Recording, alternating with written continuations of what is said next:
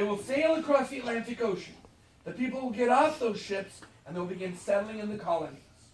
Before long, the 13 colonies are established, but they are not united. Does everyone understand what I mean by that? They are 13 separate groups of people with their own ideas and their own plans. Now, these 13 colonies are going to live pretty much on their own. You see, the government of England is a long ways away. And the government of England is a group of men called Parliament. The members of Parliament will allow the colonies to do whatever they want to. Is that your word, medicine? Cool. We have an expert. Give her a round of applause. Oh, I forgot to tell you this morning when we were talking. We just went through that terrible bronchial virus, flu, pneumonia, and I caught it. It took me 3 weeks to get rid of it. It took my wife 7 weeks to get rid of it. I don't want to go through that again, so I'm trying my best to avoid passing on goobers. Now, I have a wireless microphone we can use. However, I like to avoid it if at all possible. Okay, cool. So, Madison, you're my first expert. You ready to teach everybody how to do this? I need you to tell everybody, what is Parliament? Parliament is the supreme governing body in England with the power to raise taxes and adopt laws. You did all that from memory. You just won 15 points for your team. 15 points for the team up! Red Cook, we rule. Red Cook, we rule. Round of applause, brother, everyone. So, the government of England is called Parliament. Everyone say that word. Parliament. Parliament allows the colonies to do whatever they want to. This is called salutary neglect. Can you say those words? Salutary neglect. Now, what is salutary neglect? It's the idea that you're going to let your people do whatever they want to. Now, let me ask you a question. Would you like it if your parents allowed you to do whatever you wanted to?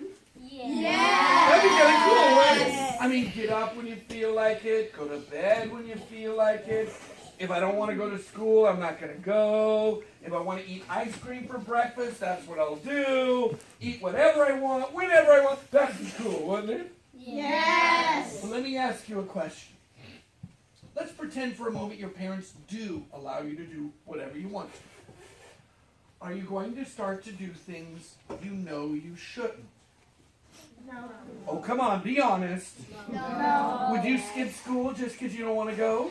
No. Ah, would you eat cookies for breakfast? No. Oh, come on, you would do. You would do something that you shouldn't do. Well, the problem is the colonies did that. The colonies started to do things they shouldn't. And some of the things they did got them involved in a war. Now, this is a war that happens before the American Revolution. Here in America, we call that war the French and Indian War. Can everyone say that? The French and Indian War. But back in England, they call it something different. They call it the 7 Years' War is going to last 9 years. Right. Well, why is it called the 7 Years' War? I don't know. But I can tell you how it got started. It got started when English people who were living in these colonies right here decided they wanted more land. Well, they could not go to the east because over here, that's the Atlantic Ocean, isn't it? So they have to go west. Now, there's one part of the land they really want. The land that's located right here. That area was called the Ohio Valley. Can everyone say that? The Ohio Valley. There's a problem. The Ohio Valley and all of the land west belongs to another country. Who remembers? Which country owns the land west of the colonies? Yes. The French own the colonies to the west. French owns the land west of the colonies. That's it. You got it. 10 points go to the team of. Round of applause for them, everyone.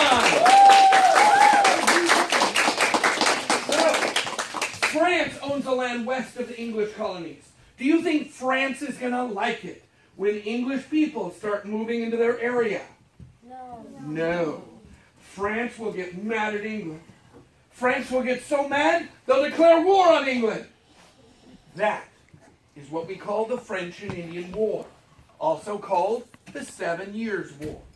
Is everybody with me so far? Anybody confused? Cool. When the war ended in 1763, the winner of the war was England. The loser of the war was France.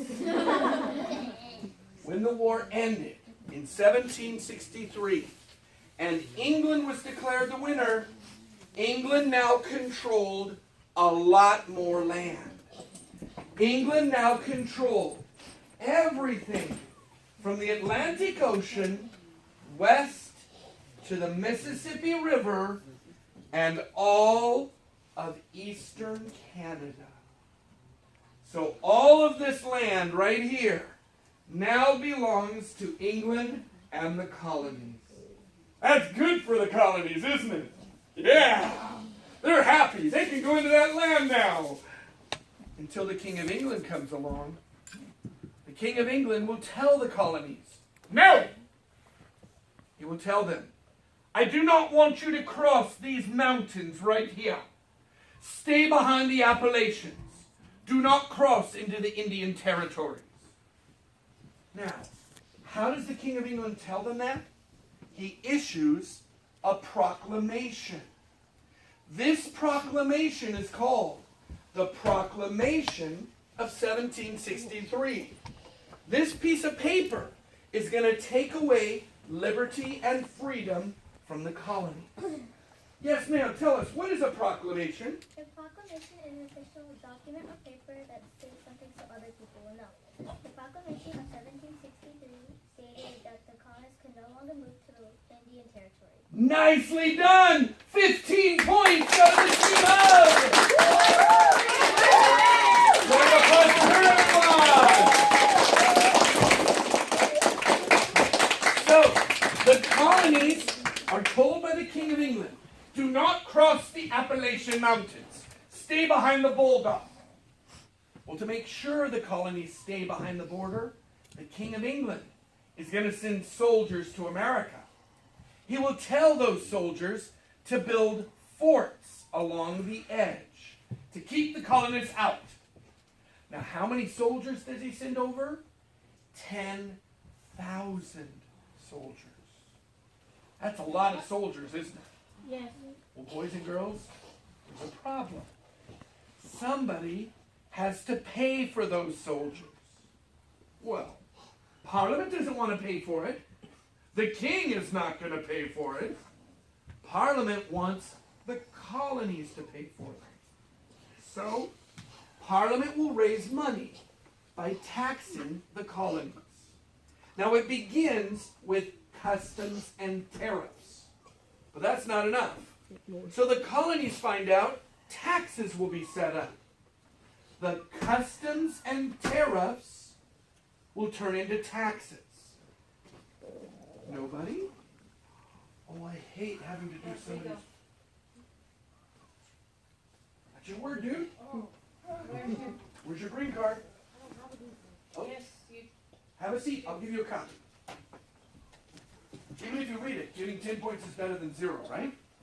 So, have a seat. Rodrigo, tell us, what is a custom or tariff?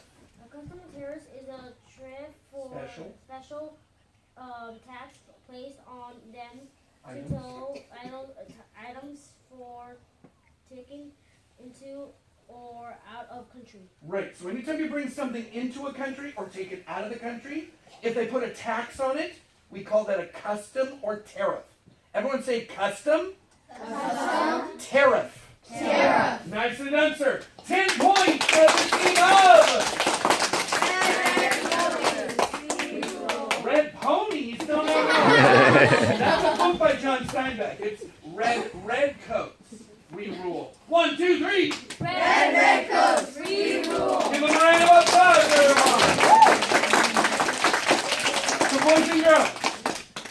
colonies are being taxed now. It begins with customs and tariffs. But later, special taxes will be set up. Now, the first tax that was set up is called the Sugar Act. Can everyone say that? The Sugar Act. This one was a tax on anything that had sugar in it. So if you ate or drank something and it tasted sweet, there's going to be a tax on it called the Sugar Act.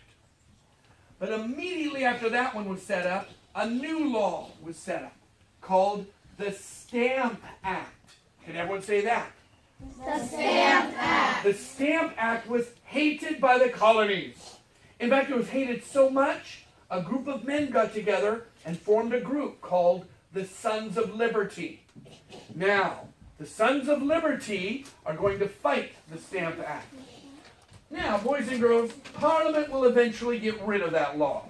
But they'll immediately replace it with a new law. That one was called the Townshend Act. Can everyone say that? The Townshend Act. The Townshend Act was hated by the colonies. So Parliament got rid of that one. Well, most of it. They left one part of it. That was a tax on tea.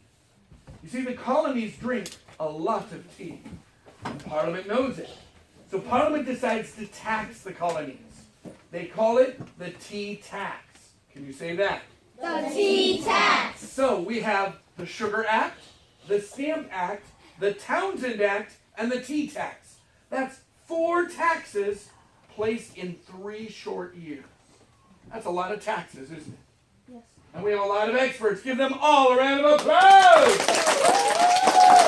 Tell us, what is the Stamp Act? The Stamp Act was a decision by the British Parliament to tax American colonies on legal papers, newspaper, and other documents such as books and pamphlets.